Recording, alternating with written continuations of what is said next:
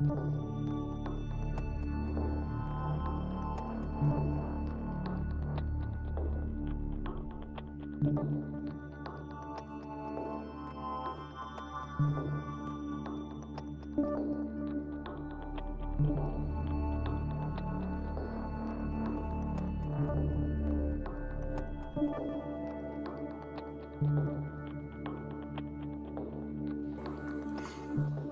guys, welcome back to the Ghost and Friends YouTube channel.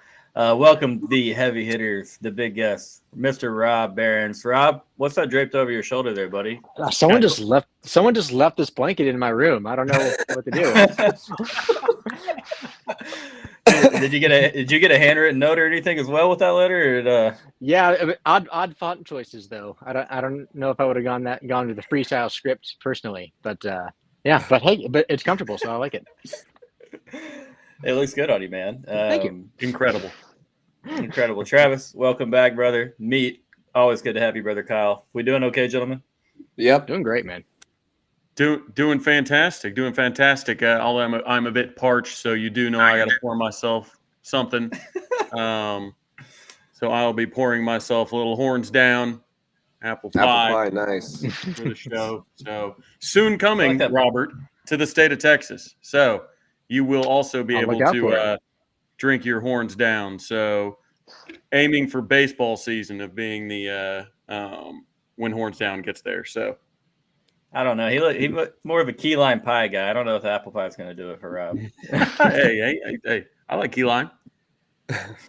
Can't do it, but yeah, that I'll be honest. When we talked about doing this, kind of like early September, mid-September, I was like, I wonder what the vibes will be like for everybody because a lot could happen between then and now, obviously. But hey, we're all in damn good spots. All pretty good. Yeah, Oklahoma. I'm a little upset that Rob is so happy. I was hoping they'd this was well timed by timed now or something. No, I was telling Ghost before we started, he was kind of asking how I was feeling. I was like, oh, man, if you talked to me a week ago, it would have been a different answer. So it's amazing what one game can do. Yep, absolutely. You talk about Arkansas beating Tennessee, make sure your win and Jerry World look a little bit better. Crazy week. Alabama goes down. Obviously, Georgia's already lost a game. Well, Miss has already lost a game. All of a sudden, the Aggies are like, "Hey, we're 3-0 atop the SEC. Pretty favorable schedule." How big are your eyes right now, Rob? As you're looking down that schedule, you see the defense that you have. I feel like that was. You kind of had Florida and then Arkansas and Mizzou, and each one you felt like a pivot point of kind of where your season might go. And each one, it was kind of the swings got even wilder because if you lose to Florida, just right off the gate, like, okay, well, we probably suck. You lose to Arkansas, you're like, well, we'll probably be like middle of the pack and every game will be a battle and, it'd just be another one of those seasons. And then we got to last week and I think A&M folks really said, like, okay, it's like if we lose to Mizzou, then you kind of assume, okay, well, they're a top 10 team. We're going to have other games we can win, but we're looking at maybe 8-4, 7-5 year. You just don't know how things are going to break. Not a bad year necessarily, but nothing that anyone's going to get crazy excited about. But then not only to win that game, but to just obliterate that team who I think we can all agree Mizzou probably not actually one of the top 10 teams in college football, but I think still a quality SEC team. And A&M has not made a habit of blowing out actual quality teams in recent years. I think I tweeted out earlier today, in Jimbo's 6 years, he coached 48 SEC games. There was 2 of them where he won by a higher margin than A&M did Saturday, and it was 2020 South Carolina, who was like 2-7, and it was Mississippi State last year, who was miserable and about to fire their coach. So yeah, point being, A&M fans are pretty pumped up right now because not only did the team look by far the best they have looked, kind of put together the most complete game of the season, but it comes as you head into the bye week, and then you look at the back half of that schedule, and there's a lot of winnable games. A&M, as much as everyone loved to talk about that SEC schedule that Texas got, A&M got a pretty favorable draw as well, where we're not playing Georgia, we're not playing Bama, Ole Miss, Tennessee, and so you can look at that thing and say, like, I'm not predicting it, but it's feasible that A&M could come into that Texas game still with just one loss, or even with two losses and still having a playoff on the table. So, in year one of a new head coach, and lots of season to go, lots of things that can go wrong. As we just saw this past Saturday, you never know which way the pendulum's going to swing. But yeah, for the moment, certainly everyone's riding pretty high.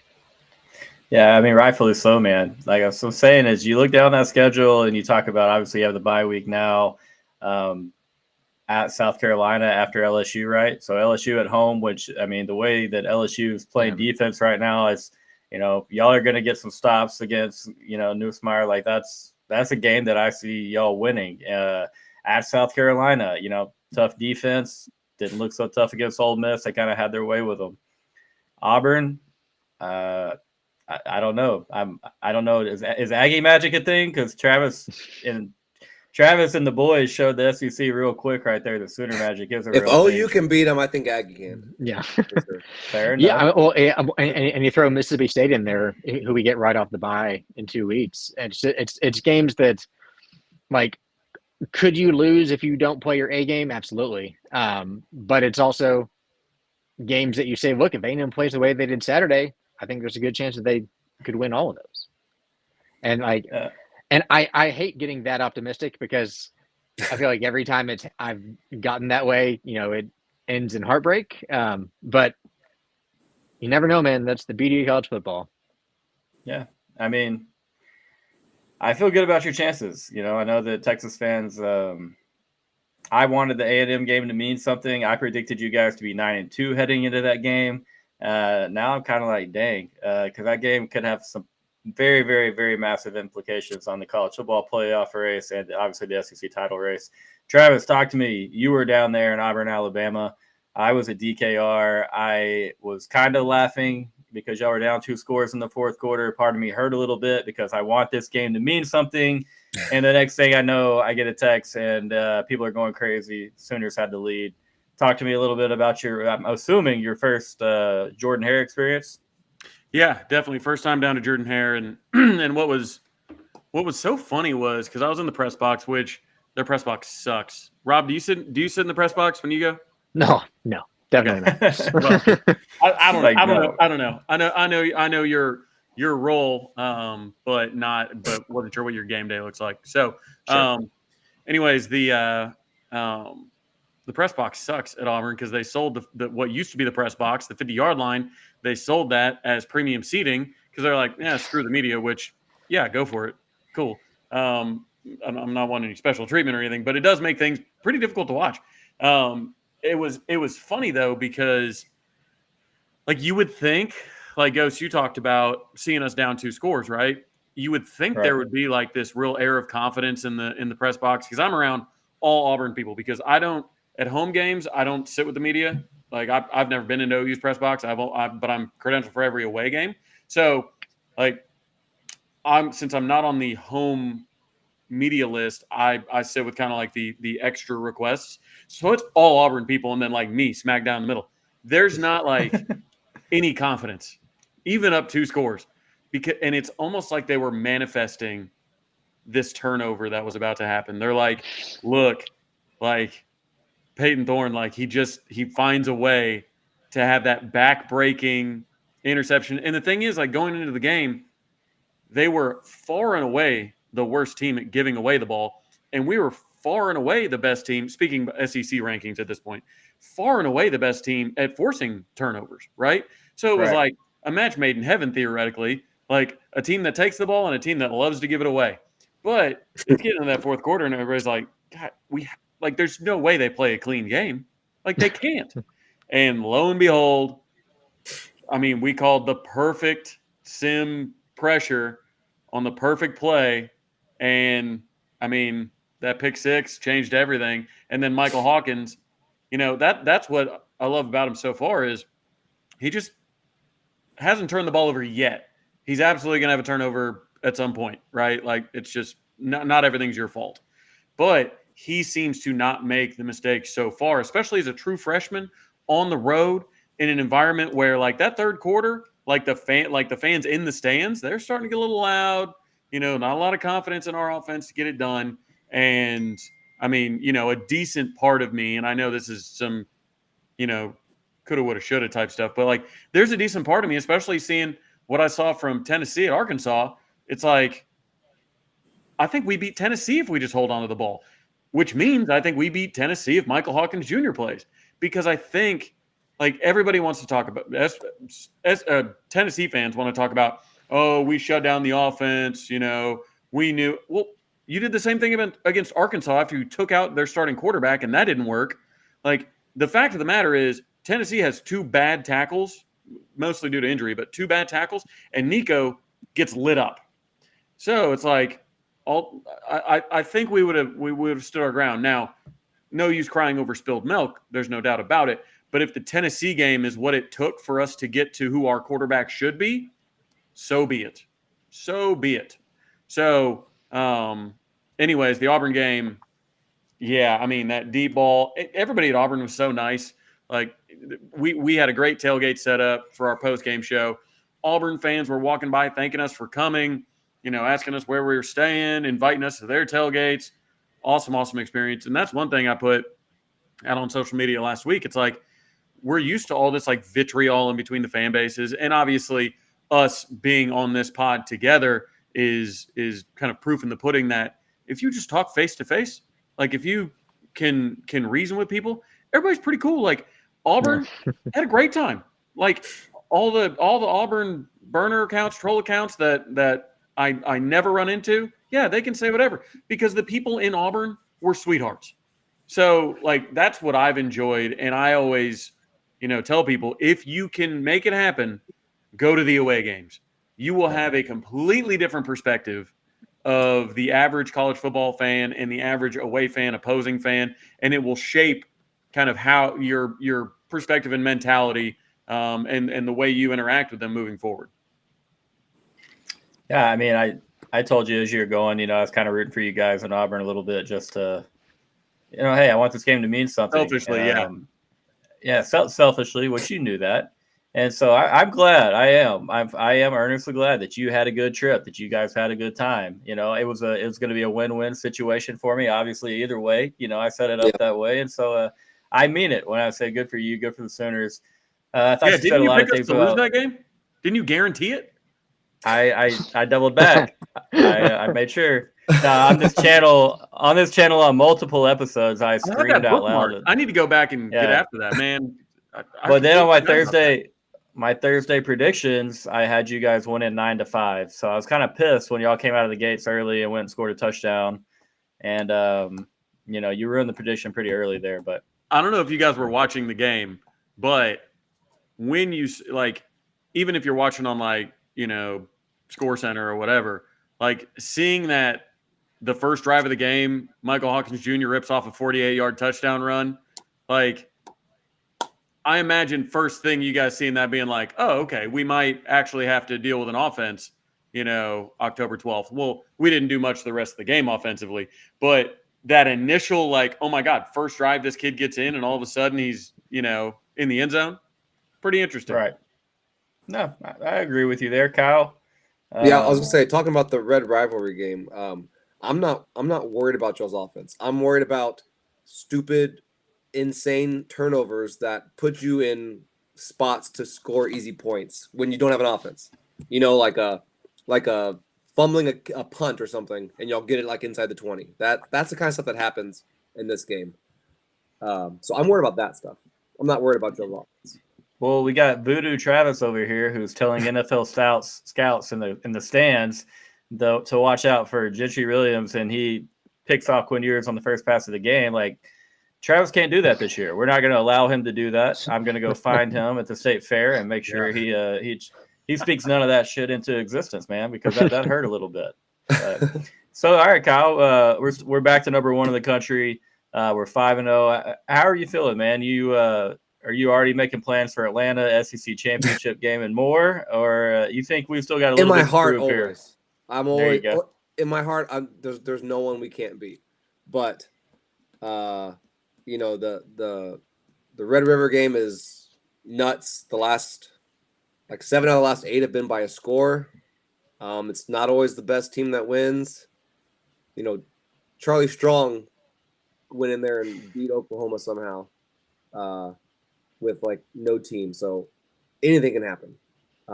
It's looking good for us, but it's looking a little too good for us, if you know what I mean. So Yeah, on paper, it should be an easy win, but I just think it's gonna at the halftime score is gonna be a little make you a little queasy if you're a Texas fan. Just gonna say that. No, I definitely think it's you go into it knowing Texas is the favorite, but it wouldn't even come close to being the biggest upset or biggest surprise in this rivalry, right? If OU came and won, because it's always been really unpredictable.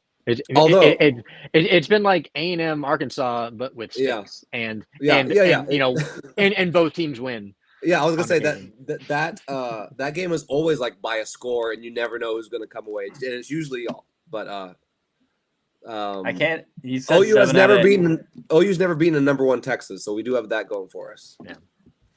Wasn't it 1984 that was the last case? That was correct. Yeah. Matt Brown, Sooners and OC. you did not win. Brown Sooners OC. That's all right. Yeah, I do love though how even though y'all have one of the best wins of the season, with that huge win at Michigan, but the 2 weeks that you moved to number 1, it happened because you beat UTSA and because you were on bye.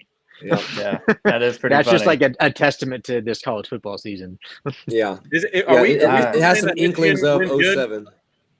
Sorry, is that Michigan's win still would that be on a resume? I count it as a ranked win. I don't count it as a top 10 win. I mean, it's number 22 win, still a ranked win, whatever. I mean, I think they're probably going to end up at 8-4, so it's going to be it's a good team and that you dominated. So I asked this right after the game, and it was, most people took it as me just trying to discount Texas's performance, but it really is honest. And after their loss to Washington, where would Michigan finish in the SEC if they had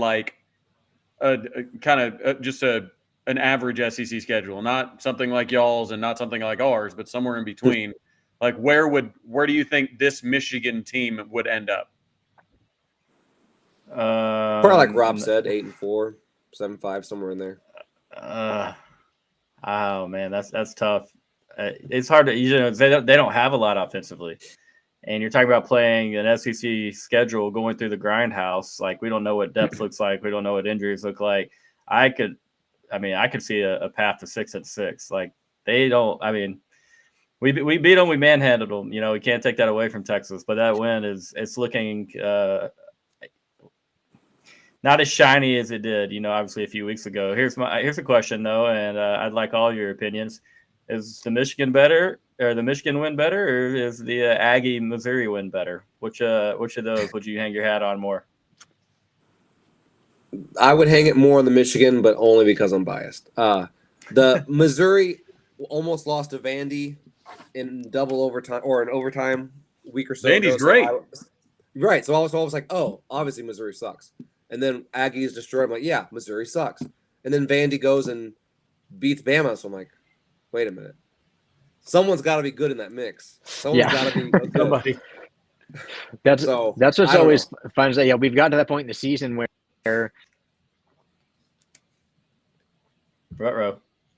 cliffhanger. We have so many games that just contradict one another, and so you can't say, "Oh, well, this happened," and so I know this, because right. Well, and I'm glad you someone else can just point to another game that changes it. Yeah, I'm glad you brought that up, Robert. Kind of the contradictory nature of things, because I've been having to deal with Oklahoma State fans, and they're like, "Well, we beat Arkansas, who beat Tennessee, who beat you all. So by the transitive property of college football, we're better than you guys." And I'm like, y'all, we're in the second week of October. Y'all don't have a Big 12 win yet. You're 0-3. Like, and you look bad against West Virginia. That was one of the ugliest Mike Gundy coach games I've ever seen. So it's like, to your point, Robert, kind of the transitive property of college football. It's didn't Vanderbilt just get beat by like Georgia State or something like that? They did. Like Georgia Southern, Georgia State, something like that. Like it's you. So they put it out on Twitter where it's like, oh, we must be better than Bama, right? Because Vandy beat. So like the transitive property, like it's a different team every week. So it was just funny because Oklahoma State fans who are 0-3 in the Big 12 after, let's be honest, I mean, they had the second best record in the Big 12 over the last decade, right? They were the ones that were positioned to be like, okay, Oklahoma and Texas are gone. It's Oklahoma State's time to finally reign supreme. I mean, how many Big 12 titles or playoff appearances or BCS Bowl appearances does Oklahoma State have if simply just OU's not there, right? Like when you look at the losses to OU in Mike Gundy's career compared to the total losses, I mean, it is a massive chunk of them. So you would think, hey, they're gone now. Now Gundy in his 50th year at the helm at Oklahoma State. You get Ollie Gordon back. You get Alan Bowman back. Like, you've got the whole team back, right? Like, you were just in the Big 12 championship last year, and yet you've yet to win a conference game. I thought West Virginia was the opportunity for them. I was like, okay, I get playing two of the Big 12 favorites, first 2 weeks, right? I get it. Utah, Kansas State, those are tough squads. But then West Virginia comes to town, and Texas A&M's you. I'm going to use that because I just don't like Missouri. So I'm going to ride the wave with your win, Robert. I was actually part of my sunburnt complexion is because I was at the TU game on Sunday morning, and it was Armed Forces Appreciation Day.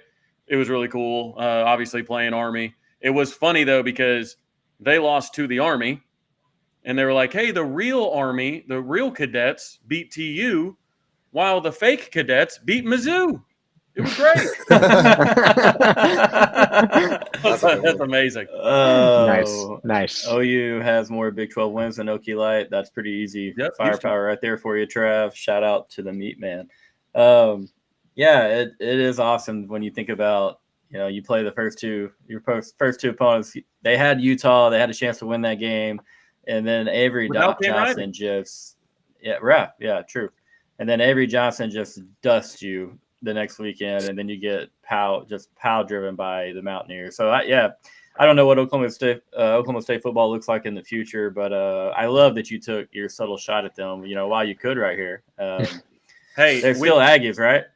When you're on a pod with Aggies and Longhorns, you got to find a common punching bag. You know what I mean? Yeah. What I'm gonna do? Talk about the number one team in the country, or somebody just coming off a top 10 win? I still got to have a foundation here to launch from, and unfortunately, it's orange. And I'm done with playing orange teams, bro. Like always punch down. Orange, right? They did an orange out for the Auburn game, and now we play you. Like, I'm done with that color. It is hideous. I don't want to see it the rest of the year. Well, at least you get the best. Well, don't go to the game on Saturday. No, I got to go talk to some scouts about what's going to happen next. Oh, God. Here we go again. Guys, real quick, watching. We've got over 1,500 of you. Really appreciate you being here. If you're on Twitter, do me a favor. Hop in the profile. Follow the link to the YouTube channel. Go like this video for these guys. It's super cool. They all take their time. It's hard for us all to find a night that works for everybody. Travis has galas 6 out of 7 days a week. Rob writes for 20 hours of the day, and Kyle obviously, he gets those baggy facts from somewhere. Yeah, right. Limited time. So I will not be joining you guys in the student section on the 30th. I don't think that's going to be where I sit that night. I will be there. I appreciate the support, Carson, but I want to live to get through that game. I have sat in the Aggie student section before, though. I will say that. Yeah, I actually just got my ticket last week. One of my buddies is taking me, so it's gonna be a hoot. Yeah, all right. I'm still in search of mine because I had a buddy who's had season tickets for years, and kind of the plan originally was like that he and I were going to go.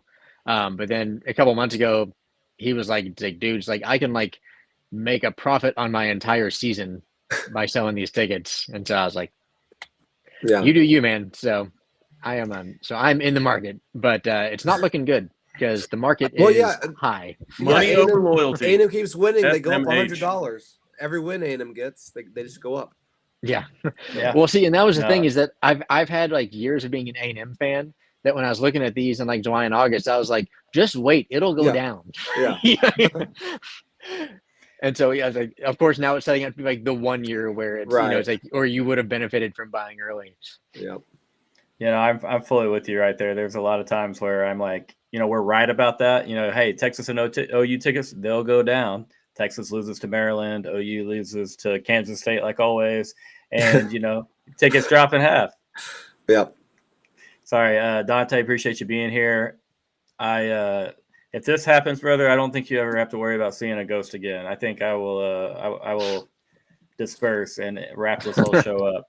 Not taking anything away from you guys, but if we give up 45 to this particular Oklahoma offense, we're gonna have issues. Yeah, right? If they score 45 on us, I would probably just leave Twitter, be done. It hurt for a while, you know. Travis, you can overcome it, guys. We lost to App State, and I'm still here. So yeah, that's fair enough. But well, speaking of losses that are embarrassing, fully blown embarrassing. Rob, Kyle, y'all talked a little about it. Which was a more embarrassing loss? Vanderbilt beating Alabama or Kansas beating Texas?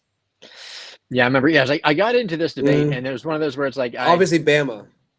I didn't even like fully believe it because I sat there. I was like, well, I mean, it's very debatable on either side. Like both sides have good points. Because Vandy never beaten a top 5 team, hadn't beaten Bama in like 60 years. But I think we've certainly seen some things from Vanderbilt this year to say like, okay, they're at least on their good day are like a quality team. And so it's not like just completely out of the realm of possibility for them to hang with Bama, as shocking as it still is. And then, you know, you look at like the Texas versus Kansas, and certainly Texas in year 1 under Sark was not ranked number 1 in the country. They did not have the roster that we think Alabama has. But also that was when Kansas was like true, like, yeah, 2-10 that year. I say peak Kansas. I actually mean Valley Kansas. You know, where Texas was their only FBS win that year. So it's like it is hard to compare. I think at the end of the day, Travis just comes in with a corn dog. But yeah, I mean, bottom line is that both of them are pretty unacceptable losses, and so I'm sure from the Texas perspective, yeah, it is not. I mean, for all of us, it's always nice to see another fan base suffer because we've all been there at one point or another. Yeah, that's why college football is so great. All of our teams have sucked, and we've seen them suck. My argument is basically, yes, Texas was not number 1 in the country whenever they lost to Kansas. But there is a reason that the point spread was supposed to be a closer game. The Vanderbilt-Alabama game. Was it 23.5 it closed at? Something like that, yeah. 30.5 for Kansas and Texas.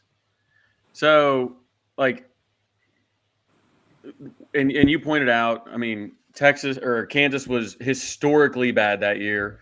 Like, I think just going up Vegas point spread, all the smart people said that Vanderbilt upset wasn't as big of an upset.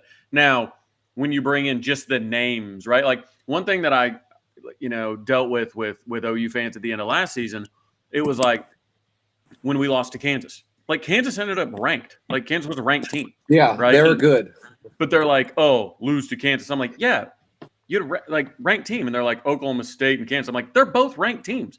So it was funny to me that everybody was like, oh, 10-2 with losses to Oklahoma and Kansas. I was like, okay, 10-2 with 2 ranked losses, like both on the road. Like, okay, I mean, I guess, but people get so wrapped up in the name on the jersey, right? Instead of what the actual team is that year, right?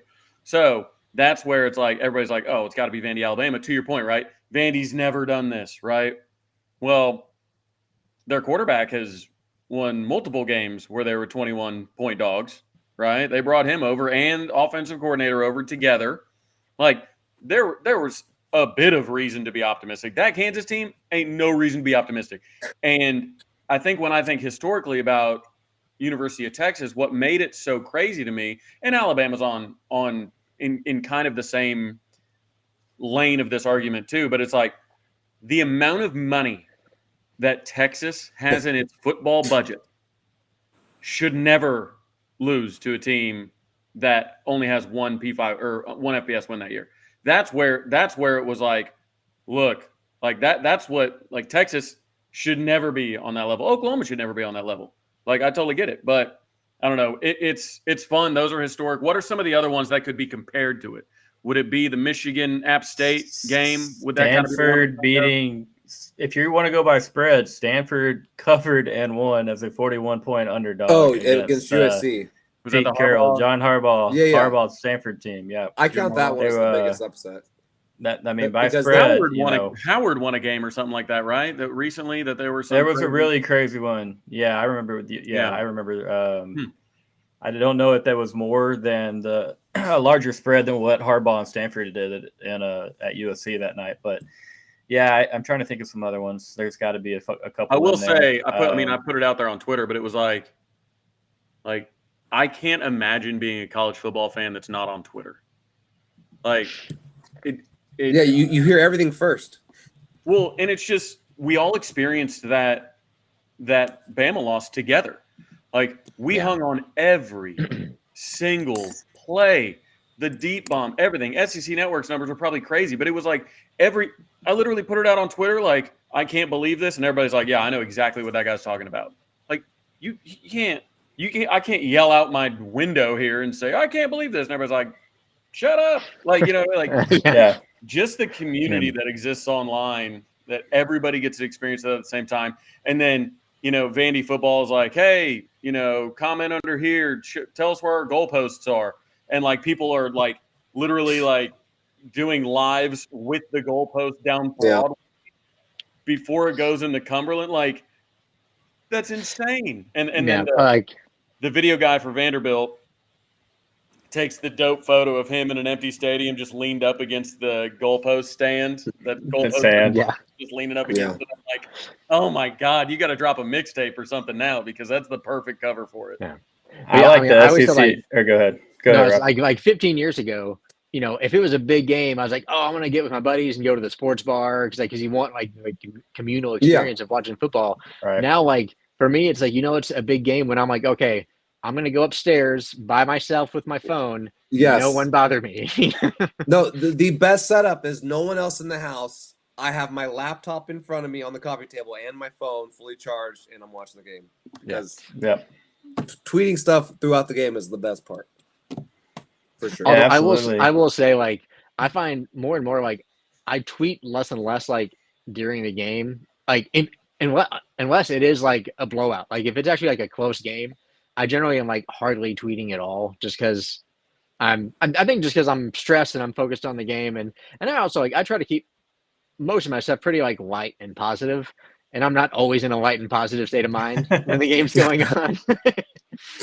So like, now it's like, when something big happens, or especially when the game's over, I'll fire stuff off at will. Or, certainly if it's another team playing, I'm probably a lot more free to just, express myself and not worry about regretting it later. Right. No, absolutely. It's so easy to get caught up, tweet every thought that comes to mind. And I've done that before. Not exactly a healthy thing to do. I don't blame you for kind of stepping away. But like you said, when it's another team, it becomes a lot easier. The handcuffs kind of come off, and you're in there cooking. Kyle, you're pretty good at that, brother. Yeah. Well, unless you play like at 7 and you're making fun of teams at 11 a.m. and then it comes back to bite you in the ass. That's the risk you run. Yeah.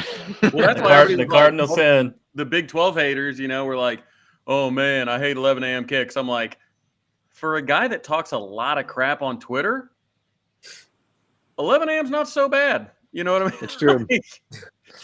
I need to know. You get locked in. I need to know how bold I can be the rest of the day. So Right. if we got a big win at 11, Yeah. ready to go. Yeah. Ready to go. If we're playing at night, I'm gonna be cooling a little bit. You know what I mean? Yeah. For Yeah, those of you wondering, like what yes, one of my I did make myself corn dogs tonight because of OU Texas being down there at the state fair. Just felt right. So did some homemade corn dogs. So that's what I'm snacking on. So How many did you make? I love it. Over or under 4? how many did I make? Yeah. I made 3. I had one before, and then this is as much of a prop as it is dinner. Like I knew I'd be on here, so I was like, I'm gonna save it a little bit. You know what I mean? For those of you that haven't made, corn dogs before in your own home, it's a lot of fun. You should check it out. I am disappointed that you're a mustard guy. I'm going to say that. I feel like the general population prefers mustard to ketchup on corn dogs. Fletcher. I was going to say you have to have a pile of both, and then you mix. No, I am team mustard only. Well, yeah, mustard. I'm an adult, so I'd go with mustard. But Christ. Also, Rescue Dog hot sauce, a little hot sauce company I do some partnership with that is pretty good on there as well. I got to get a product placement in where I can, right? You're more than welcome to. Craziest Kyle. I like this question. It's kind of a little sidebar here. Craziest conference champion combo in the Power 4 that's realistic. I'm going to start first, okay? Because I felt like a madman doing this on my prediction show before the season started. But I guess right now it doesn't feel so good. But the SEC, I had Alabama. Big Ten, I had Oregon. Now, I know that's not crazy. But then I did have, I believe, SMU in the ACC. And I had Texas Tech in the Big 12. 2 of 4 pretty crazy. They're still on the table, undefeated in conference play, both of those guys. How about y'all? Crazy for Power 4 championship combination that's actually realistic. I mean, still pretty early, so you could get pretty crazy with this. Give me Indiana in the Big Ten. Yeah. Indiana's got to be. Yeah, I was going to say, Indiana is just doing some magic this year.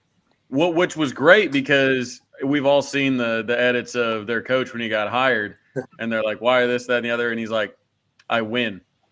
Google me.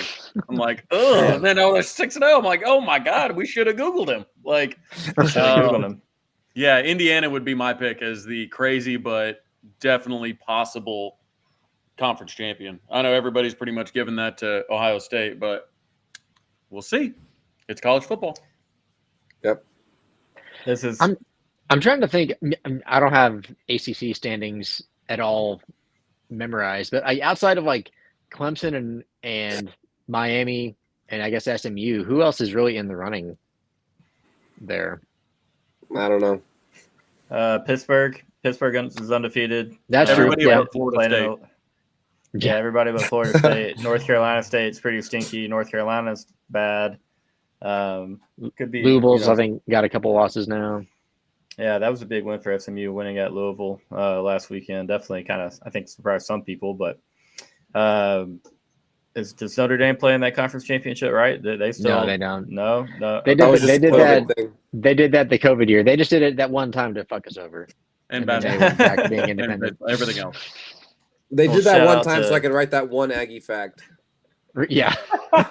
Oh man, I can't wait to hang out with John Patterson on November 30th and absolutely just tell him all day that A&M is going to beat Texas. He thinks I'm a walking jinx. I can't comment on Aggie football anymore. Everybody thinks I'm just being silly, plays some jinx. I think y'all look really good, man. I thought you kicked the crap out of Missouri. Missouri looked really, really bad, but y'all helped them look that way. So that's for you, John. But John only thinks that because that's what John does. Is John like is the king of being complimentary to jinx the other team? That's true. Well, I've picked A&M's opponent on Pick'em 4 times this year, and I'm over 4. So I'm gonna pick them next time they show up, and we'll see what happens. All right. I like it. That's fair enough. Rob, we're going to start with you, brother. When you think about this Texas and OU Red River, what's your first impression? You don't have to give us a prediction or anything like that, but what kind of game do you see playing out? I really do think I think it's going to be closer than most folks, or most Texas fans at least, I think it's going to be, because I mean, Texas is justifiably so coming in with a lot of confidence. But I think that Oklahoma's the best defense y'all have played this year. I think, that Michigan defense is not bad, but the more we've seen of it, I think it's kind of just middle of the road to good. And so, yeah, and OU, especially coming off the bye with the new QB, you never know like what might gel, what kind of tricks they might have up their sleeve. So it's and as we talked about earlier, this is just a game where weird stuff happens. I'm not going to be bold enough to pick OU to win, but I'll pick OU to cover. A 14.5 spread in this game is insane. I could see that. Yeah. I agree with you. I think the bye week, Travis, tell me if you agree with me. I think the bye week benefits y'all a lot more than it does us. Obviously, you guys have more injuries, trying to shuffle around offensive line, figure some things out. And obviously, Michael Hawkins doesn't get game reps, but he gets a ton of practice reps. And also, we have one game of full film on the kid. And so, like Rob kind of said, some of the wrinkles, probably throw some things at Texas on, offensive scheme wise, but then definitely defensive looks, because that's kind of what Brent Venables does. But do you agree? You think the bye week benefits the Sooners more than the Longhorns, or am I just paranoid over here? 100%. Like we started gelling against Mississippi State in the second half, and I was like, oh, sweet. When's our next game? Oh, 2 weeks away. We're not no momentum. And then OU's like barely hanging on by a thread, and they get 2 weeks of rest. I'm like, couldn't have come out a worse time. Yeah, I think. What do you think, Trav? I mean, rest for sure. Need to get some guys back healthy, but I think the most of it lies in the offensive coordinator and the quarterback getting time to install some things. Because with Auburn, you didn't have any time. You were still running. So let's just play a hypothetical here. Jackson Arnold has been running Jeff Lebby style offense since high school, right? Jeff Lebby gave Geyer the playbook, basically. He said, hey, run this. Jackson. Which, real quick, you're referencing like the veer and shoot, right? Right, but Lebby's iteration of everything. Twist, right. Because it is a little different than what Browse is doing, yes. Correct. So they were running that, and then you get to the third year of Jackson running it, and you're like, theoretically, this should be what you want, right? You should want a quarterback in his third year running a system, Elite 11 MVP, 5-star, everything you've ever wanted, right? Like that should be good. Well, then he just starts making all kinds of bad decisions, right? Throwing it to the wrong team, throwing it backwards, this, that, and the other, right? Just is not making decisions at a level that you should in that offense. Well, that offensive coordinator is gone. Seth Luttrell has never been a Briles like full veer and shoot type. He wasn't that way at Indiana, wasn't that way in North Carolina. Like he just hasn't been that. So it's like the feel is that Luttrell has been running like a Lebby style offense to kind of appease Arnold in that sense and do what he thinks was best for Jackson to be. Well, he doesn't have to do that anymore. He can run his offense that he ran at his other stops with a quarterback that takes care of the football. So I think you see a lot more runs to the perimeter. I think you see a different screen game. I don't think you see inside zone 100 times like you saw, the first, 4 or 5 weeks of the season. I think the reason the bye week comes at the right time for us is because of the quarterback change. The health, sure. But, I mean, you've got a bunch of tape on Jackson Arnold that you guys just have to burn. Like, there's nothing – you're not going to get anything of substance looking for tendencies when he was calling it for Jackson Arnold. Like, you can have even the Auburn game, cool. But those tendencies won't even be as helpful as what you'll see in the Cotton Bowl. You know what I mean? Like, whereas you can watch Texas film and it's like, okay, like you pretty much know, even if Quinn gets banged up and they go to Arch, like, cool, we got film on that too. Like, there's no change in the offensive system. It's been Sark's offense this entire time for them. I'm saying between the two systems. Yeah, play calling a little bit different, and they've got different skill sets. There's no doubt about it. That's what I was saying. Like different skill sets for sure that you'd have to prepare for. But at the same time, like I don't think a single OU fan has seen the offense that's going to be called on Saturday from Oklahoma side. So I damn sure know that Texas hasn't seen it. So you do that with a defense with Venables in its third year. I mean, people can talk about, Tennessee was this, that, and the other against us. We gave Nico hell. Like we forced turnovers. Unfortunately, Jackson gave the ball back immediately twice. But Right. we forced turnovers, whether interceptions, fumbles, bringing in pressure, did the same thing at Auburn. We've done the same thing every time. So it's Venables is going to have some stuff. They always do. But Sark's going to have some stuff too. For him, it's, good on that side. Question is, how creative and how efficient can Luttrell be his first game calling it really with his offense, with his quarterback? You know what I mean? No, I agree with you. I mean, completely on a lot of it. I think that you agreed that benefits with you guys a little bit more for the bye week. What worries me as a Texas fan is, him having all these new little wrinkles, having, more installment, and what does it look like from the beginning, because that's, in my opinion, the only way you guys go win this game, kind of jump on us the way that you did last year, turn us over a little bit, because Texas is going to move the football. Sark and Quinn, your defense is good, yes, but I mean, you completed 23, 24, whatever it was straight last year. So, for me, my biggest worry is getting off to a fast start. Didn't do that last year. OU's going to have some things to throw at us, so we haven't seen. Like you just said, we probably have no clue what they're going to look like on those first couple of series, and so that'll be a huge part of the game if we can get out of that first quarter, even, which I know probably feels crazy for a Texas fan to say, yeah, if we could just play even in the first quarter, I would take that in a heartbeat. Now you're probably sitting there thinking too, I would take that as an OU fan. But I can't start the game the way that we did last year. I won't let that happen. Please. We're not giving them the ball in the red zone. First drive. No. Hey. Please no. I get the fast starts. You guys had one hell of a fast start 2021 too. So I don't like those too fast. Starts. Okay. Oh yeah, the 28-7 debacle. Oh, man. I had people in my section picking me up. I mean, I like Mike Hawkins Jr. I mean, I don't want to spot anybody 28-7 ever again. Well, okay, so my prediction, it's going to be close in the first half, like Mississippi State, Texas, 14-6 type of score. But then Texas is going to understand what they're doing in the third quarter, which is the opposite of how they used to be. And they'll start running away with it, and then it'll be over by fourth quarter. But the first half is going to be kind of close and scary. So just relax, Texas fans. Just relax. What are y'all's running back situation like? I know you guys are similar to our wide receivers. I don't not great, Bob. Fumbled twice against Mississippi State. There's a lot of differing opinions.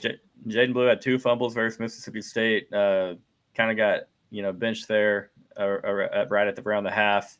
Because I don't know how much if you've seen any of that game, Travis, but I mean they have a very long drive, 8 minutes off the clock. Texas goes and scores after turning them over on downs. So yeah, we're about to go score, make it 14-0 in the first quarter, and we fumble again. Or maybe it was early in the second quarter, but we fumbled the first time, and then he has another turnover there in the first half. So Quintravion Wisner played a lot in the second half. Jarrett Gibson obviously is still doing really good things. I don't know what it'll look like, man. The bye week will help. But obviously, what are we all talking about? Turnovers, not letting OU have anything. It's all going to be turnovers. That's going to be the winner. Yeah, which is so easy to say. But, I mean, hey, we lost a turnover battle 3-0 last year, lost a game by 4 points. Obviously, it's going to be the first thing on a lot of people's minds. That's just football. But, Kyle, are you good for about an hour? You have to get out of here. So I have a question for you. I got 6 more minutes in me. Okay. The question for you, and also about 5-6 more minutes, probably. You got it, man. Those cornerbacks are coming back up for Trav. Yeah. Let me ask you this, brother Kyle. If A&M and Oklahoma played on the football field this year, who are you taking? Probably A&M. Sadly, sad to say. Because they're scoring points that OU's averaging like 19 points a game against Power 4 opponents. And A&M scored 40 something on top 10 Mizzou. So just based on ability to score points, I would have to go with A&M. But I think it would be a defensive battle. Our points More than fair. our points per quarter with Michael Hawkins Jr. is better. Is better. If you go That's points awesome. per quarter or points per half with I like that Hawkins one. in SEC games, it's a little bit different. Yeah. I'm just saying, it's just again, you got to throw out the Jackson Arnold numbers. Yeah. Which is so weird to say, right? So weird considering what we thought he would be going into this year, which not only us, I mean, there are national people saying, hey, we watched this guy. And I do think there's a part of it that goes in with the national guys because a lot of them, the guys with the biggest voices, they work for recruiting services, right? It doesn't look good for recruiting services to have their 5 stars not play well, right? So I think there is a lot of the, oh, hey, this guy, we picked him as a 5-star. He's going to be a first-round pick one day. It almost they reference them a lot more, right? Like the guys that work for 247 and On 3 and Rivals and whatnot. People were talking about Jackson Arnold as former 5-star. He was the number 2 overall, this, that, and the other. He won Elite 11 MVP. Like they speak to recruiting people's ears because that's what they're used to talking to. So it was shocking to a lot of people. The people that were behind the scenes, watching spring ball, watching fall camp, things like that. I've got a lot of comments behind the scenes from those people being like, dude, we could have told you this. We're surprised it took so long. Wow. I will say this: if we do end up winning the Red River, I will be going through some the bookmarks because there is a lot of Jackson. I'm normally pretty kind and end up deleting about 95% of what I wanted to bring back to light, but I'll bring up 1 or 2. I'll find the best one in there somewhere. But it's not a knock on Jackson Arnold. I hope wherever he ends up, even if it's with Oklahoma, figures it out some. I can only imagine. I'm hoping he cares. There's moments there at a couple points early in the year where I was like, does he care to be out there? But yeah, I'm not going to clown the kid, not here trying to do that, but definitely is a weird situation, man. Jackson's on the bench, I didn't see it coming. I know the obviously question a will little be, more than I do, but if things go awry, say injury or something like that, because Michael Hawkins does like to put his body on the line near the goal line. We've seen that over and over. If there's a goal line, he is going up. So you see that. I'm not 100% convinced Jackson comes in the game if there's an injury. Man, it might be your old friend Casey Thompson. I forgot he was there. Yeah, full circle, baby. Hey, he's tied with the record for most passing touchdowns in a Red River game. It would be pretty wild if he tied it from both sides. Yeah. Oh wow! Don't speak that into existence, please, Travis. that would break every that would break every model's mind. Wait, what? Yeah, that would be the complete full circle if we do see Casey Thompson out there taking starting snaps for Oklahoma at any point on Saturday. Be so weird. What a time! I remember his commitment post to Texas and thinking it was so cool. He was coming out of Oklahoma, and obviously loved him in the first half, and then I didn't just I know he had a broken hand in 2021, and things kind of got bad for him at Texas, but no ill will with Casey Thompson. I do know that there's a Barstool Sooners tweet out there. It's just like Casey Thompson sucks. It was from that day.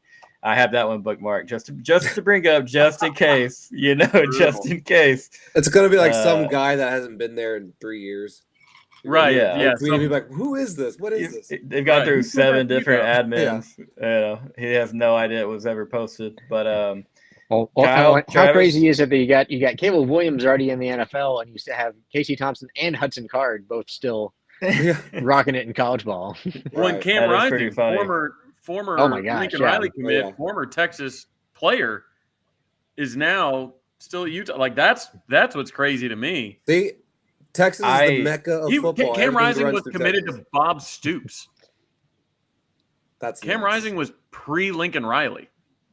He was one of my favorite recruits of all time, strictly because of his commitment post to Texas. Do you remember that, Travis? The whole he was praising Oklahoma and Lincoln and Bob and everything, talking, and then he was like, and then I went to Texas, and it resonated. It was awesome to read, and I wanted it to work out, and now he's playing college ball, and 17 years later. We're still you rocking know, it. And Stack we're it only a up, few weeks away from y'all championship. facing a former quarterback as Arkansas's running back. Yeah. That's nuts. Well, Yeah, Eli that's Stowers, leading wide receiver for Vanderbilt against Yeah, Alabama. man. It's crazy times. It absolutely is. But what a fun weekend. Definitely, like I said, I was talking some trash about the slate, mid-afternoon, and then bang, bang, it got pretty crazy there. Kyle, Travis, if y'all need to run, I don't want to keep y'all later than y'all want to be. Up to y'all. I got to Yeah, bounce, but I love doing this, so let's keep doing it. Yeah, Yeah, let's absolutely, keep doing it. guys. I've got to run. Like I said, I'm that meeting I keep having to jump off for. It's a series of meetings to land probably the biggest deal in the history of our company. So still working on that. I will report on it later in the week if things go well. Okay. I think they will. So, but I do got to luck, get off. man. It's a big week for me. So I'll see Best most of luck, of you brother. in Dallas, hopefully. Travis, All right. you have to bring something crazy to eat every single time now. Like I want a funnel cake next time or something. Oh yeah. I mean, I'm always cooking something. So I mean, I've got my OU Insider YouTube cooking show. So I usually cook on Mondays, edit on Tuesdays, post on Wednesdays. So you guys get a sneak peek on what I'm cooking this week. So if you need to know how to make it, check it out on Wednesday. Will do. I'll check it out. Good. Well, best of luck to you, brother. I hope everything goes well. Kyle, Travis, I'll see you. I hope, Kyle, you're going to be at the State Fair? Nah. Oh, you meant the Aggie game. Okay. Yep, We'll see you. Yep. See you guys soon. Rob, you got a few more minutes, or you need to get out of here? No, I'll hang up. See you guys. All right, get out of here. Get out of here, bumps. Rob. Definitely just get you a few Aggie questions here, man. We kind of talked about it alone before we got live. Yeah, I mean, being honest, man, as an outsider, it is really hard not to see you guys finding a way into the college football playoff right now. I see the path. I'm not ready to like be too demonstrative about it just yet. Look, we were sitting here in 2016 where I think A&M we had just lost to Bama, so we were like 6-1. It was our first loss of the year. But then the first playoff rankings come out, and A&M was fourth. And it was higher than everyone thought they were going to be. And so we were all like, everyone's optimism just shoots to the moon. And then I think we lost like every Power 5 game the rest of the season.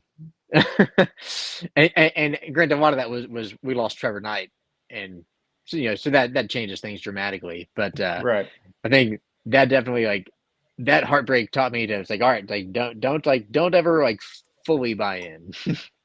Was that the Mississippi State year where y'all went to Starkville? Yeah, exactly. So went to Starkville, lost there, then we came back, lost at home to Ole Miss, lost at home to LSU. I want to say Auburn was in there as well.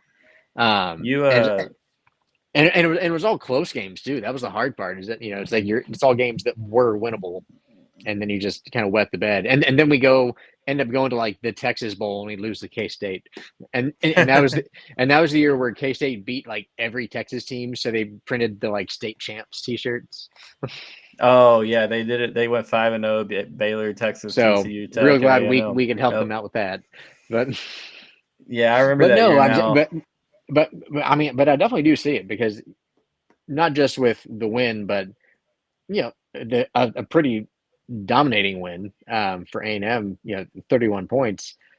It is very easy to look at the rest of the schedule, and it's not to say that you're assuming wins or anything, but it is very easy to look at it and be like, A&M's probably going to be favored in every game until we get to Texas. And even that spread will be a 4 or 5 point spread at most, in my opinion. Well, if we come in at 10-1, then I bet it narrows a little bit. But I'm just looking at LSU and the way y'all match up, man. It's really hard to see. Now, I know I'm not trying to be over, reactionary to one game here with y'all blowing out Missouri, who's probably a little bit overrated, obviously. But, dude, that defensive line and Scorton, Turner, Stewart, Reed, that's pretty dang good, man. They were wrecking shop, man. Yeah, and you don't have Elko. Obviously knows what he's doing defensively as far as a play caller and a schemer. But you know the game, Robert. You don't have to blitz extra guys. You don't have to send 5, 6, sometimes 7. If you're feeling crazy to get any type of pressure on a quarterback, y'all can send 3 or 4 at times, and it works. And then obviously everything's easier on the back end. You've got Will Lee playing really good at cornerback. And I'm not saying that I think y'all are the best. I'm not trying to use this as an insult, but I'm not saying you're the best team in the SEC or anything like that. But as far as the teams on the schedule, LSU does not match up very well. They really don't. Y'all have given up some big plays. Obviously, that's kind of been the bugaboo on defense. Wasn't really an issue against Missouri outside of the one Theo Weiss touchdown, but the game's kind of already out of hand at that point. Yeah. It's just really hard to sit and think you're South Carolina against that defense because y'all are good enough offensively, and the offensive line continues to improve. I mean, I hate to say it, but it's kind of cool because we're bringing back Texas and A&M. It's going to make that game, even the more special if both teams are playing for something, SEC title berth, college football playoff berth, whatever it may be.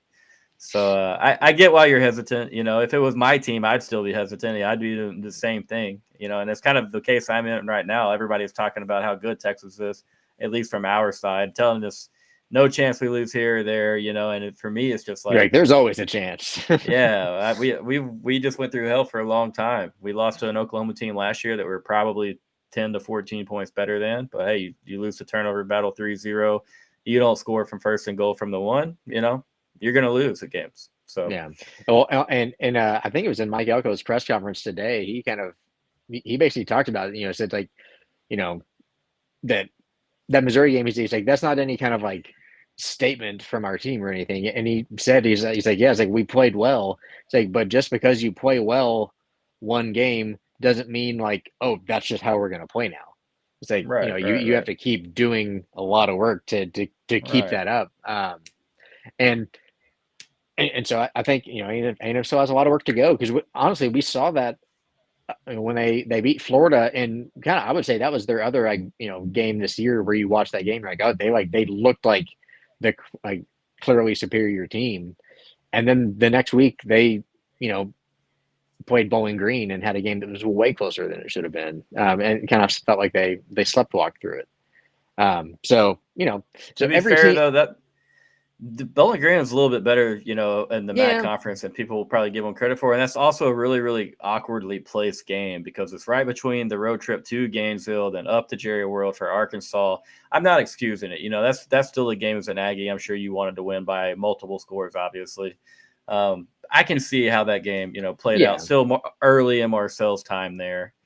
Y'all aren't anything like you looked, 2 weeks ago. I think, obviously defense probably won you the game against Arkansas. Another game with a 3-0 turnover battle. It's just hard to see teams doing a lot against that defense as far as what's on your schedule. LSU, very talented at wide receiver. They're bad up the middle. They've got good tackles on the offensive line. Center and guard positions are not a strength. Now, that's a bad recipe. And you're good at tackle. Okay, great. But you still got Nick Scorton and Stuart Turner, or was it Shamar Turner? Y'all, those two names get me every time. Yeah, no. Shamar Stewart. Yeah, so Stewart and Scorton are on the ends. On the edges, right. Okay. Yeah. Okay. And then up the middle, we got Shamar Turner. Right. And Albert Regis is the other main one up the middle. But yeah, I really do think as much as, the defense, I think we all thought the defense was going to be the strength going into the year, especially the defensive line. So, and I think that's still the case, but that's one of those things where you kind of said, okay, but that's what we thought going in. So that's just living up to expectations. The thing from the Missouri game that really gives me the most amount of optimism is just the way Connor Wigman looked and the way the offense looked, because it was really the first, other than when you play McNeese State, because you're playing an FCS team. It was the first time this year where you saw the offense just move down the field and you're like, that just looked easy. It wasn't like a freak chunk play. It was just they just drove down the field, they ran their offense, and they just moved the ball. Connor Wigman threw, he was 18 for 22. The team they only had to throw the ball 3 times in the second half. because they just said it was like, okay, we're up 31-0. We'll just we'll just ride this out and call it a day.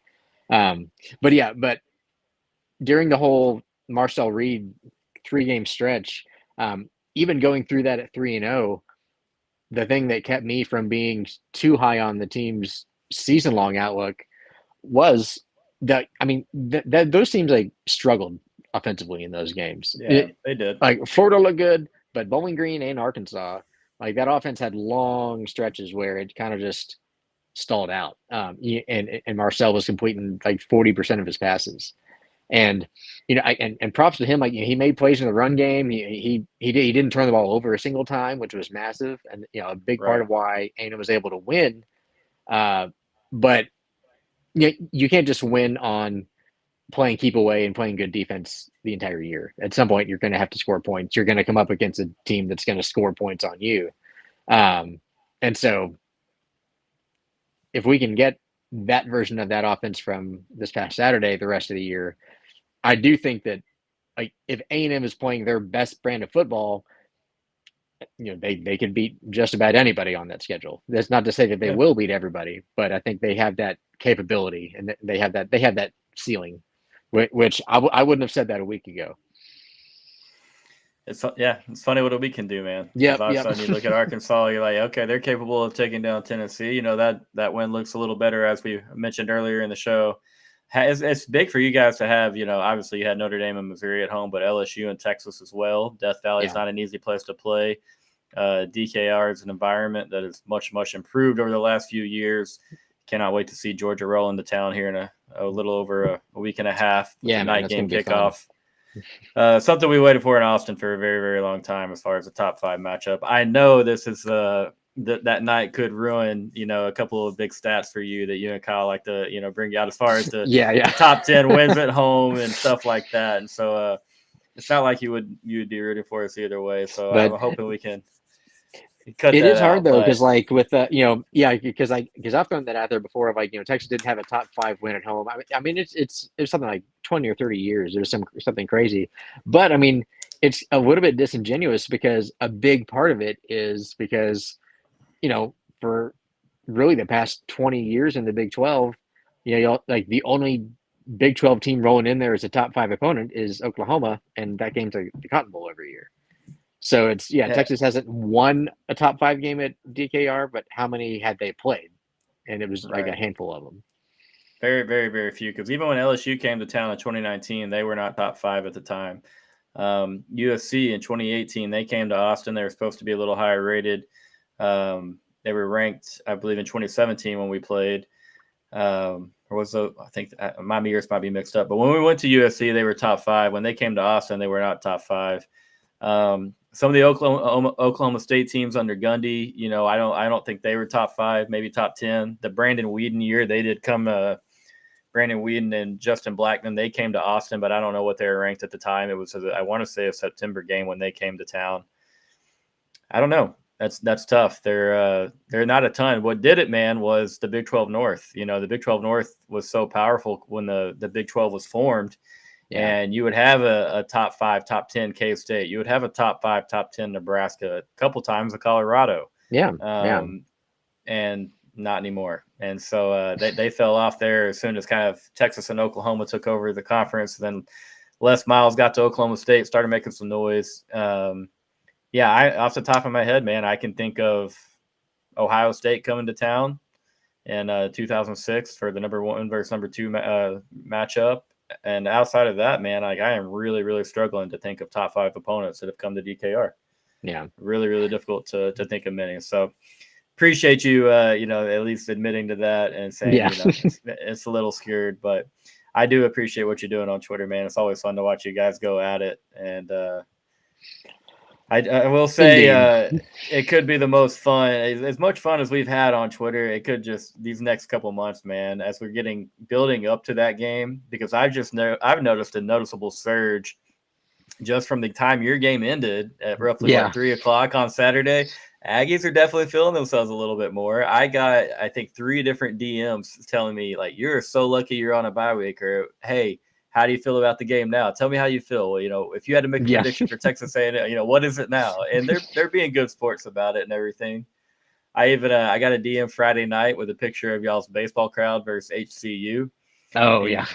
So we're coming for blood, and we're going to come over to the dish, and we're going to fill your stadium up. And I was like, I'm worried about Oklahoma right now, buddy. Right, yeah. Okay, we'll deal with you guys when we get there, and we got to worry about a football game with you guys. But yeah, it's definitely cool to have the rivalry back, man. Thanks for coming on, talking a little bit about it, talking about the Aggies. I definitely not trying to curse you. I'm not trying to JP anybody.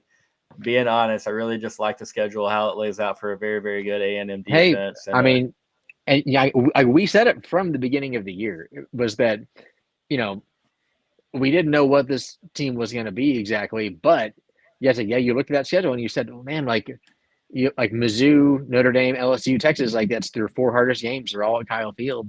And so you kind of said, you're like, look, if you can win your home games, you've got a lot of winnable road games. You never know what happens. And lo and behold, here we are. And it's just funny because after that Notre Dame game, I feel like everyone's hopes just got so immediately dashed. And even with it just being one game, when that's your entire sample size, it's hard not to kind of be down on things. Because then you're like, all of a sudden, if you're wanting to look at, the playoff or SEC championship, it's like, you're like, well, now our margins are like this thin. Razor thin, right. Yeah. It's tough though, man, when you got a new regime coming in and that, you want to see it. You're all excited. You have the top 10 opponent coming to Kyle Field in week 1. And then you get the product that you did. It wasn't like the defense was bad or anything. They just were on the field too much. The offensive line was pretty bad, and Connor was not himself. I think obviously he's proved that was an outlier. That was one game. He hasn't looked like that in any other game that he's played in his career. Yeah. Which isn't a crazy number of games or anything. But coming back off an injury, all the expectations, a little bit of pressure. Okay, happy feet. He just played a bad game. I hated to see your fan base kind of, and it wasn't everybody. I shouldn't say the entire fan base, but people piled on that kid. Oh, some people did for sure. Absolutely, it was absurd.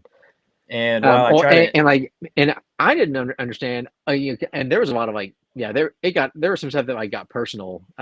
Which was that's always unacceptable. But the thing I didn't understand was, there was a lot of people, and it wasn't just Aggies. It was people a lot of national folks who were pretty open about that. They thought that Marcel Reed should be the guy going forward, which I never really understood because I felt like I was like, all right, if you just looked at stats or looked at highlights, maybe it's but if you actually watch the offense, the only way that you could come to the conclusion that Marcel Reed gave you a better shot was if you think that Notre Dame Connor Wigman was who you were going to get the rest of the season. Right. And like you said, if you look at what he's done at A&M, that was such an outlier that I get why it was cause for concern. And again, you can't ignore it completely, but I wouldn't understand why you would just say, okay, well, I think that's what we're going to get from this guy. Because we've seen what he's been before and he's been pretty darn good. Right. But yeah, it is, it is frustrating too, though, because like you said, it's fun when everyone's just excited because the team's looking good. But you have all these people who, will spend, a month bagging on a guy but then he has one good game and now they're all back on the bandwagon. Yeah, that's the frustrating part, man. These are still kids that are under a lot of pressure, battling injuries. No player, no kid, none of these guys are perfect, And when just again as fans, we don't know what's going on. We don't know what the actual injury is like. We don't know what's going on in the locker room. There's so many factors to it that none of us are privy to, and so. I just don't know why people just make sweeping generalizations, let alone go on record publicly with with what they think about it. Because like you said, I know that now a lot of them are getting highly paid and all this stuff, but at the end of the day, I'm a 41-year-old dude, and these are 19, 20-year-olds, playing a sport. So everyone just needs to have some perspective and ride the wave, enjoy the highs, endure the lows, but like just try to keep it all in perspective. No, absolutely. And that's the thing, one player fumbles a football and you've got 10 comments on Twitter, and it's just, we're so reactionary. And, like you said, have some perspective, nothing is perfect. Fumbles happen, interceptions happen, injuries happen, missed kicks, bad calls. Hey, like for a second there, I'm right there too. I'm burning. I'm not sitting here dogging players, not even in my head. I know it happens. Maybe I'll call someone a bonehead at most. Yeah. Jaden Blue fumbles for the second time. It's like, come on, bonehead, like protect the rock. But yeah, I mean, people really do. They get in there and they freak out. And I try to be empathetic towards everybody because for Aggies, that was.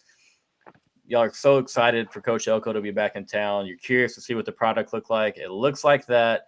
And you're like, okay, is it going to look like this for the next 11 games? Are we going 6-6? And obviously Elko knows what he's doing, especially on the defensive side of the ball. Coach Cushing, the offensive line, that for me, Rob, is where it wasn't really about Connor and Marcel for me personally. It was like who's going to fit this offensive line plays better. If they can pass block and they can, obviously, or I should say, if they can run block to where obviously Connor can do some stuff off play action, and Le'Veon Moss and Amari Daniels are doing big things in the game or Saturday. If they run block like that, obviously Missouri's defensive front, isn't going to be the best one they see. But I mean, who is? South Carolina and Texas, does that, because LSU's isn't, and they just lost Harold Perkins. And so that for me is when I'm like, okay, if the O-line is taking that next step and you don't have to have the run element that Marcel Reed brings, and Coach Klein, who's been so good, obviously at K-State, as implementing the quarterback run game in different ways with Will Howard, Adrian Martinez, Avery Johnson last year. That's why I liked Marcel. But yeah, your offensive line to me is making a big jump, and that's when it's like, okay, like you can keep Connor upright. But yeah, I will concede, like I didn't expect him to look as good as he did on Saturday. Oh, I don't think we did either, for sure. So yeah. But yeah, and I think part of it too is just I think you have a lot of players who are like, guys are just, they're getting comfortable within the schemes they're running. And so I think you've got fewer guys making big mistakes. Jay Bateman, A&M's defensive coordinator, he said today that I think someone asked him about their run defense, because the run defense the past 3 games has been incredible. But the first few games of the season, that was kind of like the weak point of the defense. And he pretty much said, he's like, yeah, it's like early on, I think we had some guys who they didn't quite understand like the way we were fitting the run and what they were supposed to be doing. And in run defense, you get one guy that's not where he's supposed to be, and that's a 20-yard gain. Right. And he was like, and like we figured it out and we fixed it, and so now it's pretty good. But yeah, it's incredible in football, just like how slim those margins are. Where it's like it's one guy, understanding what he's supposed to do or not, that they can change a play and then change a game. So yeah, sometimes it's incredible that we all spend so much time and energy investing in this sport that's just like a roll of the dice every week. But but here we are. It's starting to feel that way. I can't sit here and say that after watching Alabama and Tennessee go down, I think four of the top 10 teams went down. Miami probably should have gone down. Yeah, and Texas was on a bye. So you're talking about the top 10 should have gone 4-5 most likely. They went 5-4. But yeah, it's hard to look at Texas OU in the same way I was maybe 3 or 4 days ago. It's like, yeah, I feel pretty dang good about this game. And now it's like, I don't care if it's by 1, or I don't care if it's by 101. It's just like, find a way to win, move on to the next week. Because all of a sudden the little Georgia Vanderbilt stretch doesn't look so easy. And then obviously Arkansas, Kentucky, A&M to finish. Hey, that schedule got a lot harder in about a 8-hour window there. It did, man. Saturday. I know. Yeah, because I saw that you had tweeted about it, and I said, I was like, I'll admit, like looking at it now, it looks a lot different than it did a month ago. Yeah, because there's a lot of those teams that we all thought were like average to bad that you've watched them play a few games. Like, I don't know, man. They're like, not that any of those teams are like better than Texas necessarily, but there's a lot of danger there Yep. where, just teams can sneak up on you. I mean, just simply going to Fayetteville and College Station alone is a tall task. And just because of what those schools and getting that Texas game back, obviously it's going to mean to the fan base and the players. I mean, we saw that like the last time y'all went to Fayetteville, that place was a madhouse. Yeah, and it'll be that way. They're very well coached on defense right now. They did a really good job defending you guys, obviously, with Marcel at the helm and not Connor. They turned around and stuffed Iamaliava in a locker pretty much. I hate to say it like that, not knocking the kid. Nico's going to be a fantastic player, but they bodied that Tennessee offense. Other than the two drives that we talked about before we came live, Tennessee didn't do anything in that game. And so obviously Arkansas is playing pretty good defense, and Taylor Green, I don't know what the injury situation is going to look like with him, rooting for his health. Scary game now. Kentucky at home, I mean, another scary game just based off the way they're playing. A little bit of the King Slayers. I guess that's Vanderbilt's official title. And then obviously A&M. 3 teams right there playing really good defense. November could get weird. I said it in the beginning of the season. I thought that was the most difficult 4-game stretch that we had simply because of the away games and because I thought A&M would be pretty good. It is much more difficult than I thought it would be coming into the season for sure. Yeah, it's going to be fun. I'll give you like the hope for, or the spin on the OU game this Saturday is you can say, well, college football only has like so much chaos in it. And it just like got it all out of its system last week. So maybe now it'll be like more chalk. Or we could be in for a 2007 all over again. Where it's just every week anybody toss your papers. Anybody and everybody, baby. Yeah. Like I think the number 2 ranked team lost like 8 times or something that year. Something crazy. I could be way off. I don't know. That was forever ago. But it was that year was insane. And I was like, even just in the SEC, like I'm trying to remember the last time where it really is like, we're sitting here coming into mid-November or mid-October, excuse me. And it's like, you're like, I think Texas is probably the favorite, but at the end of the day, Texas, I mean, y'all are 1-0 in SEC play, and that 1-0 was Mississippi State. So there's so much football yet to play, but it also it just feels like there's no just overwhelming favorite. Because in other years you've had like a Bama or a Georgia that you feel like it's just gonna kind of go roughshod over everybody. It's like if there is a team, it's Texas, just because everyone else already has a chink in their armor. But I feel like it's going to be just one of those kind of weird years. Yeah, I don't think Texas becomes a clear favorite until they, unless they go 2-0 through the Oklahoma-Georgia stretch. Yeah. And that's just because by then, as you're saying, other teams are going to have, there will be a couple teams who have found a second loss in that race, or potentially a team that's found their first loss in that race. Talk about LSU, not you guys.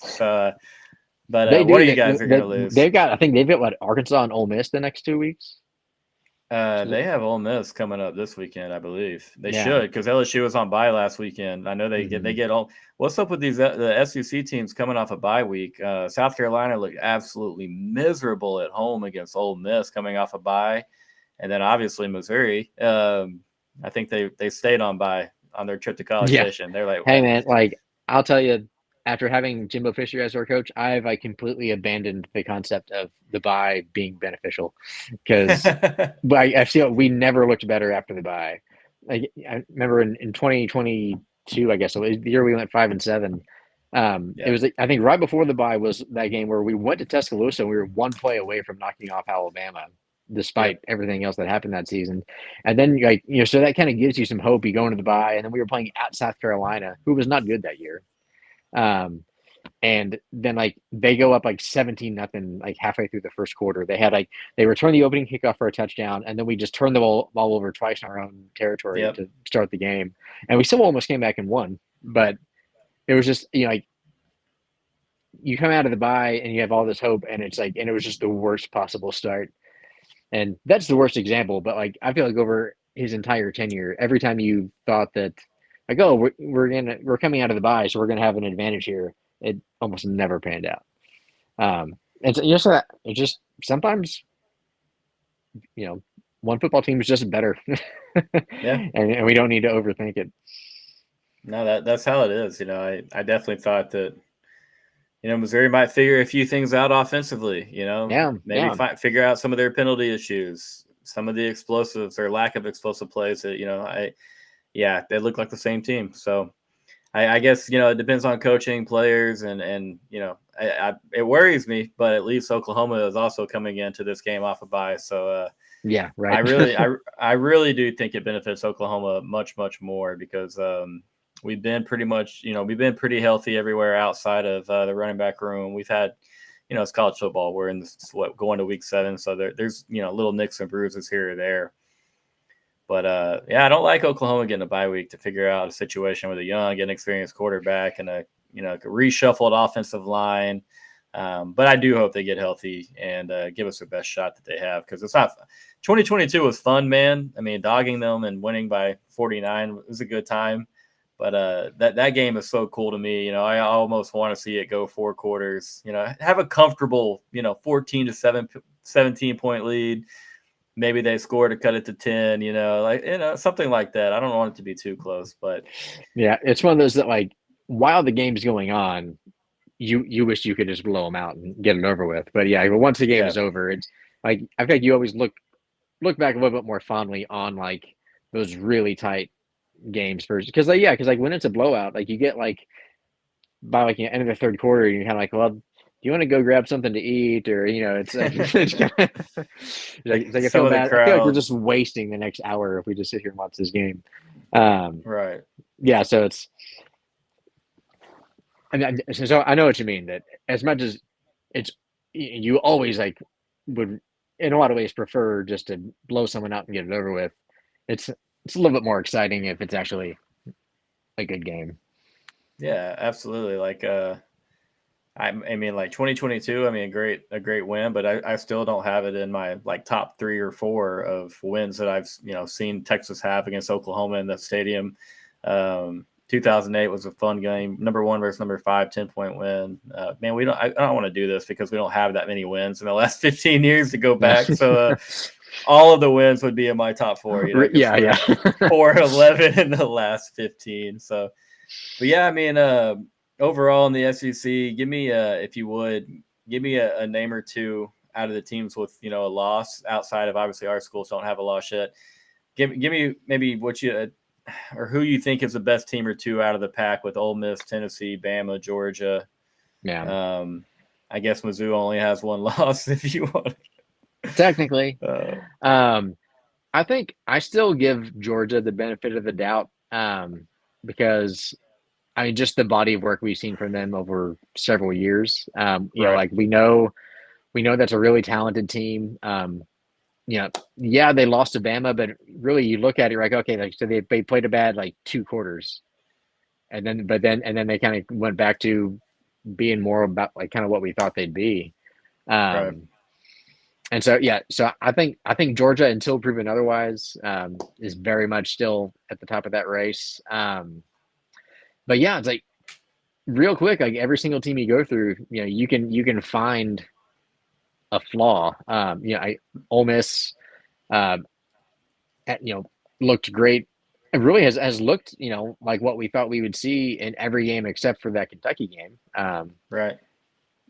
But that Kentucky game gives you pause because that pretty much shut that offense down, and that's not going to be the last like good defense that they face this year. Tennessee has like Ole Miss has like what? Do they have Alabama and Tennessee? Maybe, I think so.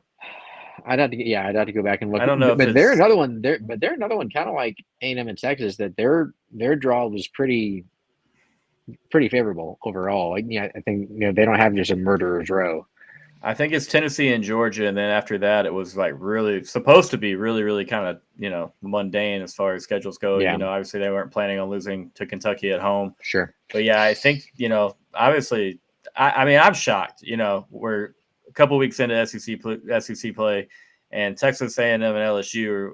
If you're telling me to pick 3 teams would be unbeaten through week 6 in SEC play. I know that I guess LSU's also only played 1 conference game, right?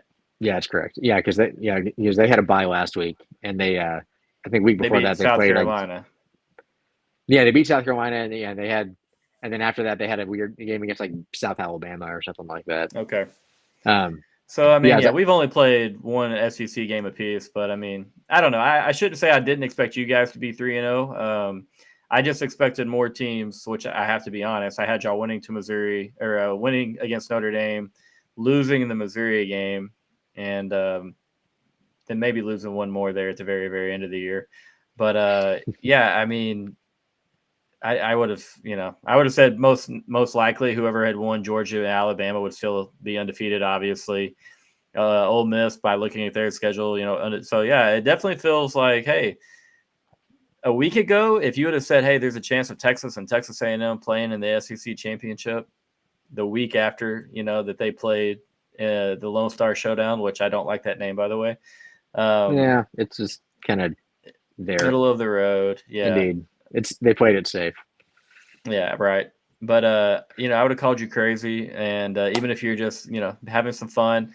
And now, I mean, with the schedules we have, I mean, I'm not getting too far ahead of myself because we have Georgia or OU and Georgia coming up. But, hey, a lot higher chance, than there was a week ago. I feel like it's like that's an option that's on the table at this point, which even just a few weeks ago, I probably would have said, like, that's not even worth discussing. So it's exciting, man. And even if we get to the end of the year and you say, okay, things more or less shook out the way we all thought they would, that's the way college football works, though, that even if you arrive at the destination you thought you were going to get to, like the journey to get there ends up being wildly unpredictable. Like a team may go 9-3, but those 3 losses didn't come where you thought they were going to come. Right. Just because it's not the NFL where you're getting just like the same product every single week. Teams are, it's 18 to 20-year-olds where teams have these like really wild swings, and that's part of what makes it fun. Yeah, it really is. Definitely anything can go down. Tennessee, Bama coming up. One of them's going to drop a game. Ole Miss, Georgia play. Ole Miss or Tennessee and Georgia play. Yeah, could get wild. Absolutely bonkers, man. I mean, we had that 31-point win over a top 10 team, on Saturday morning, and then you got to the end of the day, you're like, that was like the 4th most surprising result of the day. Yeah, honestly, yeah. I thought Tennessee and South Carolina would be a really good game, to be honest.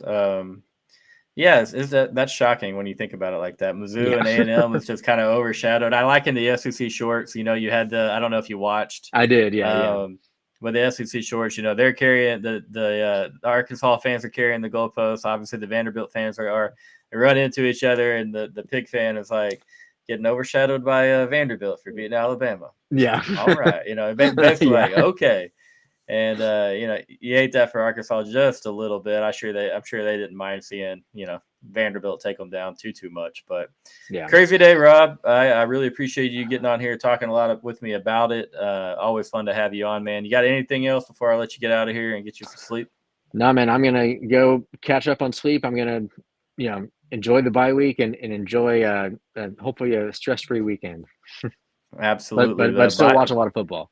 I'll say get you some hate watching in, man. Absolutely, yeah. I had a really rough hate watching Saturday because Oklahoma didn't play and you guys won by 50. So it made for a pretty lazy hate watching bye week. But hey, man, I really appreciate you coming on. All the guys that tuned in, this is by far the biggest crowd that we've had. For whoever is still out there, do me a favor, please go hit that link in the Twitter bio. Go subscribe to the Twitter channel. Like this video. Show Rob, Kyle, and Travis a lot of love. I'm hoping they'll all be back. But most importantly, thank you guys for being here, being in the comments, and for showing our guests a good time. So, Rob, good night, brother. We'll see you all next time. All right. Gig 'em.